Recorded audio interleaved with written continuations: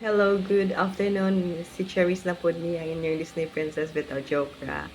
Today, kanang ako na po ninyo demonstrate ninyo katong gibuhat na ako para makamove ug balik akong fingers after stroke. So, since nakakita na akong stress ball, well, nagsurvey ko ganina, uh, ako ning i-demo ninyo karon, share ni na ako.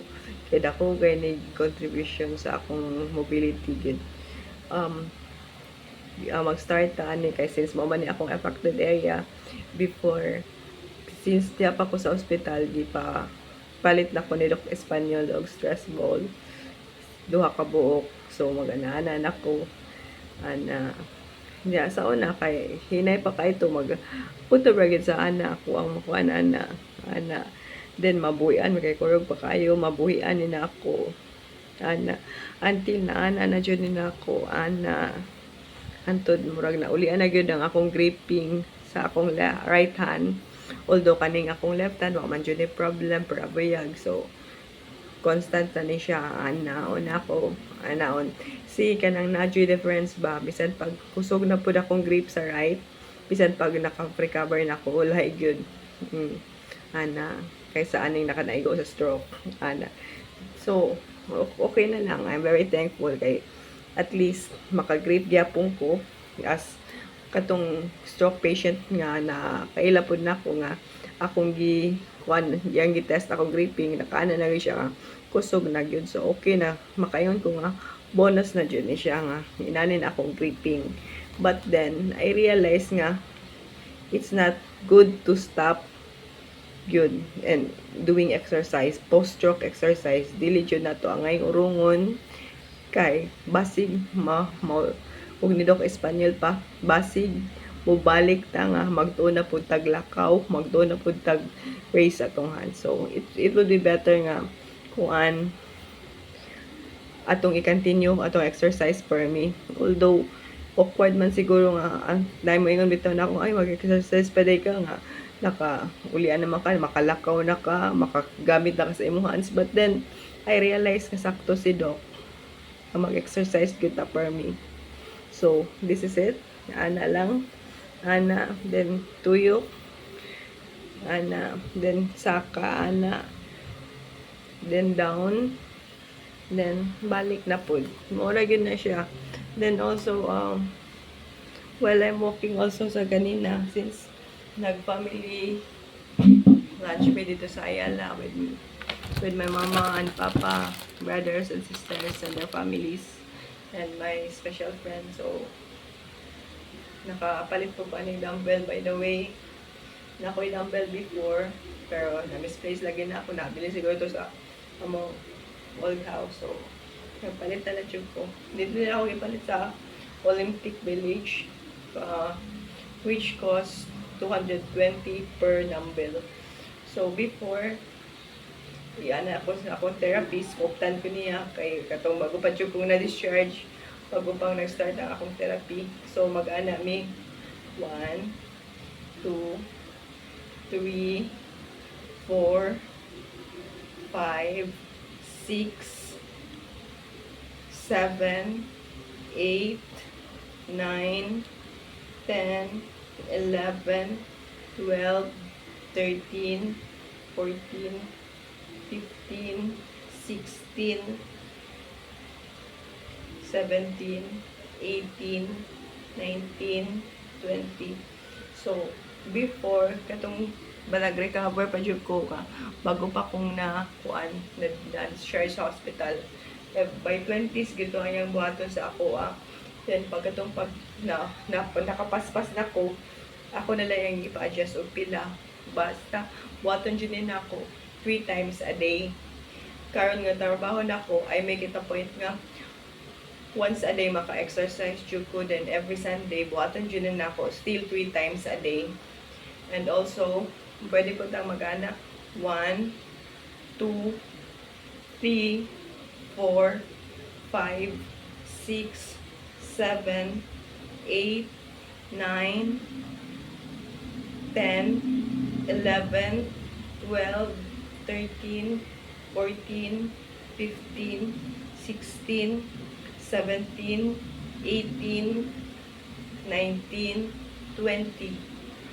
Then, pwede po ka lang 1, 2, 3, 4, 5, 6, 7, 8, 9, 10, 11, 12, 13, 14, 15, 16, 17, 18, 19, 20.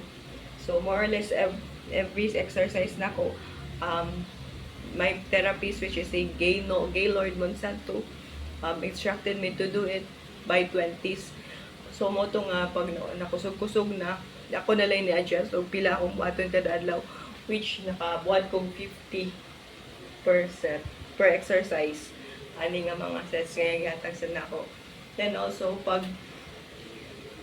sa pagkuha na ko, yapod kong gi-encourage nga katong sa sit-up bitaw, ana, 1, 2, 3, 4, 5, 6, 7, 8, 9, 10, 11, 12, 13, 14, 15, 16, 17, 18, 19, 20. So, yan rin ipabalik-balik na ako ng mga exercise, lalo na pailain, which is wala na akong i-demonstrate karon na kay akong gikuan bagi. Ako lang hinay-hinay, dilasan ako tingbon kay napamang ko trabaho nilain. So, kato lang una, the next week, hopefully, na natong akong mga camera, videographer first, nga mo ba na ako bisan asa kung mag-exercise. Okay. Si Anthony ang akong nephew, padung pa mag-finals man siguro. Then si Carmel, katong akong Disney princess, padung sad sila mag-exam this week. So, wala na ako disturbo ha ang akong mga pagumangkon. Okay. Para na to nila. Nga maningwa silang eskwela. Nasa sila mga ambisyon nga ilaha ba. So, what I do is support them. Give them what they need. Pinanggakay na ako kung mga pagumangkon. They're the reason nga na-inspire ko nga maayo kong dali sa stroke ko. Or makarecover ko dali. May nabsawag to me na.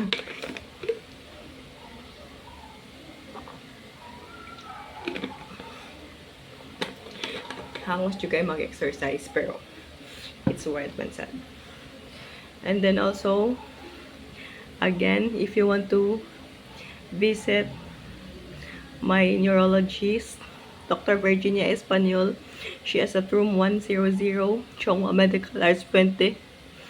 2 clinic hours is between 2 p.m. to 5 p.m. Make an advance appointment kay daghang pasyente si Doc kasi hindi na niya ma-accommodate. And also to my hematologist, Dr. Susie Ponce, room 308. Clinic hours is from 10 a.m. to 12 noon. And same as mag-advance appointment yun ta kay pasig din na tamatagad ni Doc. So, again, karon nga week na ako'y daghang buhaton. Wajud kay ko ka-take og video ninyo para sa ato ang mga kauban nga kausap para sa mga atong kauban sa stroke. But then, I will try my best nga maka-upload gapon ko next week. And also, I want to greet my